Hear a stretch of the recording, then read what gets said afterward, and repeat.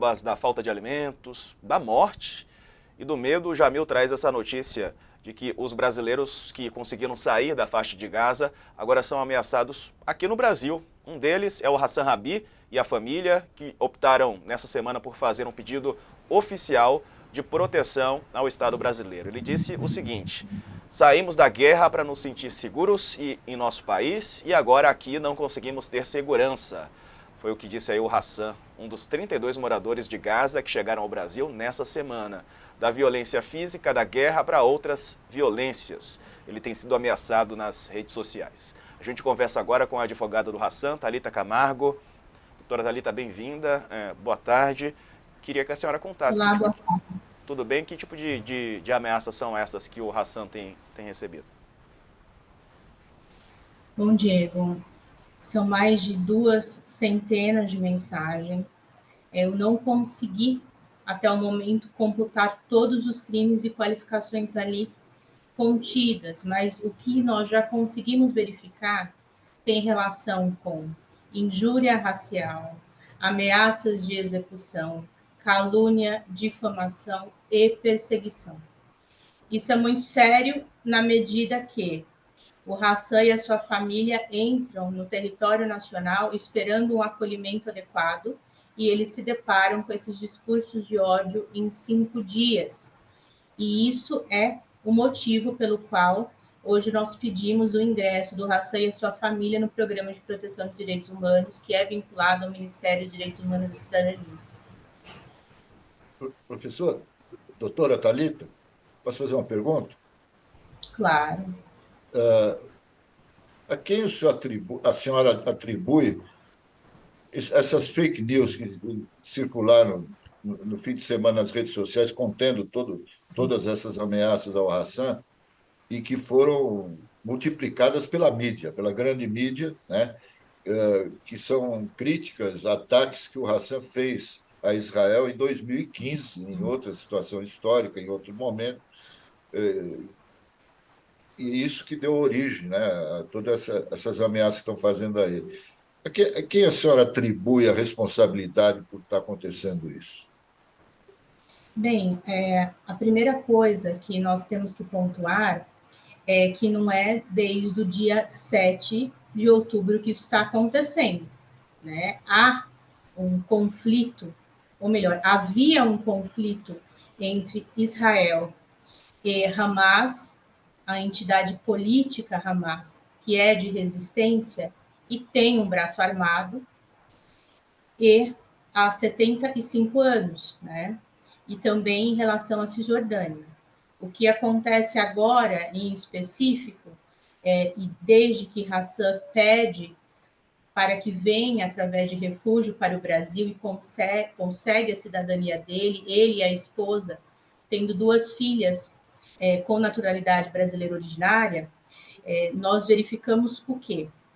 Que é óbvio que qualquer pessoa numa situação de guerra, verificando que presenciando, né, infelizmente, pessoas explodindo em sua frente, pessoas morrendo de fome, pessoas desaparecendo. Isso tudo são crimes contra a humanidade, além de serem crimes de guerra. Então, eu vi também uma série de publicações atribuindo a Hassan ódio a Israel.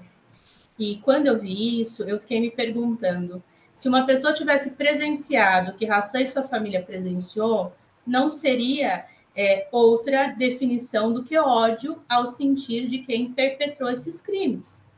Agora, em relação ao que o Hassan publicou anteriormente, é porque não é de agora que esses conflitos estão acontecendo.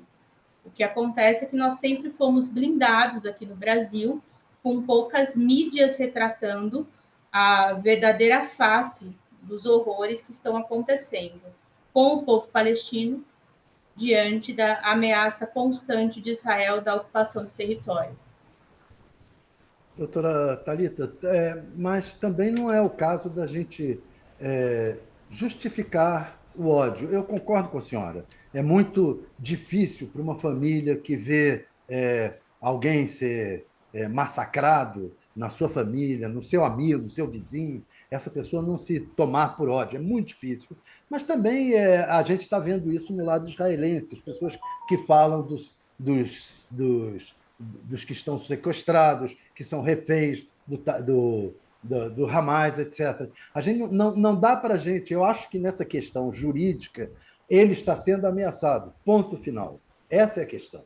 Não faz sentido a gente tentar justificar nessa questão todo o ambiente de ódio em que árabes, palestinos e judeus vivem há milênios de anos. Eles precisam parar com isso. É preciso que o ódio pare. É preciso que nós também não tentemos mais justificar o ódio de nenhum dos lados. É a impressão que eu tenho. Eu só estou tentando, desculpe estar falando sobre a sua defesa, dando opinião sobre a sua defesa, é porque eu não sei se a sua defesa não acaba, de certa maneira, justificando o ódio. É isso que é o meu temor. Sr. Tales, em momento nenhum a minha defesa foi em justificar o ódio. O que eu disse é que é inadmissível vítimas de guerra serem tidas como acusadores, terroristas ou Claro. qualquer tipo de deflagração de sentimento diante do que viram. Então, o que acontece nesse país, não só nesse país, mas principalmente no sistema de justiça do Brasil, até um pouco pela nossa cultura, é que nós acabamos revitimizando as pessoas a partir do momento que nós invertemos as condições. Né? Então, o que eu estou vendo a propagação dessas mensagens, não só de mensagens privadas enviadas a ele, não, mas também vídeos de TikTok, postagens até de políticos de extrema-direita, atribuindo à raça determinadas situações que são extremamente graves e que têm um viés extremamente xenofóbico. E, nesse sentido, é inadmissível a inversão em relação a essas vítimas de guerra. E é óbvio que, em momento nenhum, a defesa de Hassan vai falar que o exército de Israel não tem responsabilidade, sendo que tem. Entretanto, nós não podemos ser hipócritas, desde que o início dessa guerra, tanto muçulmanos quanto judeus estão sofrendo xenofobia, estão Exatamente. uma série de retaliações em relação à fé que escolheram professar, mas também às suas localidades de origem. E aí, nesse sentido, quais providências vocês tomaram, doutora, para tentar resguardar a proteção do Hassan? Aliás, não é só o Hassan que está sendo ameaçado, né? Eu vi mais cedo que as mensagens têm chegado para outras pessoas que também foram repatriadas, principalmente aquelas que se colocaram ao lado do presidente Lula, do governo, né? Se pronunciaram nesses momentos. Bom, Diego, nesse momento o que eu posso afirmar para você é que tenho conhecimento e tenho analisado as questões que chegaram à Hassan, né? Que são mais de 200 de mensagens. Mas, para além disso, o que nós temos que imaginar é esses discursos de ódio que estão sendo propagados pela internet, pelas redes sociais, eles têm sim um dever de serem investigados e os seus autores serem punidos, tanto na área criminal quanto na área civil. O que será feito até o momento desse entardecer do dia 16, o que nós já fizemos para a proteção do Hassan. Pedimos o ingresso dele no programa de proteção de defensores de direitos humanos. Porque a partir do momento que o Hassan é um dos únicos que tinha estabilidade de internet em Gaza, ele passa a ser um porta-voz do que estava acontecendo ali, na vida de todos aqueles que estavam naquele local e os que ainda estão, porque nós ainda temos brasileiros na faixa de Gaza e familiares esperando a segunda lista para eles saírem. Então, este pedido de proteção ele é feito neste programa vinculado ao Ministério de Direitos Humanos e Cidadania. Para além disso, eu também tomei o cuidado de pedir ao Instituto Pró Vítima aqui de São Paulo para que acompanhe a saúde mental de Hassan e sua família. Isto porque o nosso país, até então, não tem um programa de acolhimento adequado de vítimas de graves violações de direitos humanos, que é, para além de serem trazidos de volta, o acompanhamento social e psicológico dessas pessoas. Então, estou tentando organizar com o que nós temos e com instituições da sociedade civil, o melhor amparo para o Hassan e a sua família hoje. O que ocorre quando a pessoa entra no programa de proteção a vítimas de, de desrespeito aos direitos humanos? O que ocorre? Ele muda de identidade? No Brasil, Sr. Thales, nós temos 2 tipos de programa de proteção de vítimas e testemunhas. Um programa, que é o Provita, que é o programa realmente que se muda de identidade, se muda de localidade, se muda até as documentações, se necessário. Este é o Provita. E esse programa serve para quê? Para que a pessoa ganhe uma nova vida a partir do momento que ela é ameaçada de morte, ela e seus familiares. Entretanto, o programa que nós pedimos para que Hassan seja ingresso não é o Provita, é o Programa de Defensores de Direitos Humanos. Por quê? Este programa, ao contrário do Provita, ele não faz uma desidentificação ou não muda a configuração de identidade dessa pessoa, vítima ou testemunha. Pelo contrário, ele fortalece para que essa pessoa possa continuar, sim, fazendo a sua militância em relação à promoção e defesa de direitos humanos no território nacional e fora. E o que ele oferece a essa pessoa? Ele tem a possibilidade de oferecer um telefone que é 24 horas por dia, em um plantão, onde essa pessoa, precisando se comunicar com autoridades, precisando se comunicar com a segurança pública, ela tem uma facilidade maior, porque a gente tem que imaginar que, em meio a qualquer situação de emergência, o nosso psicológico é extremamente abalado. Então, tendo este programa, que você pode se apoiar nele para fazer as interlocuções por você, enquanto você está em um momento de vulnerabilidade, é essa a função. Para além disso, o programa também pode oferecer outras medidas, porém não, por exemplo, a medida de escolta, que pode vir a ser o caso, em caso de ameaça de execução. E essa escolta, ela pode ser oferecida pelo governo do estado ou pelo Ministério da Justiça e Segurança Pública, dada a dimensão da situação. Porque o caso do Hassan, ele sofre essas mensagens inoportunas e criminosas de todo o país.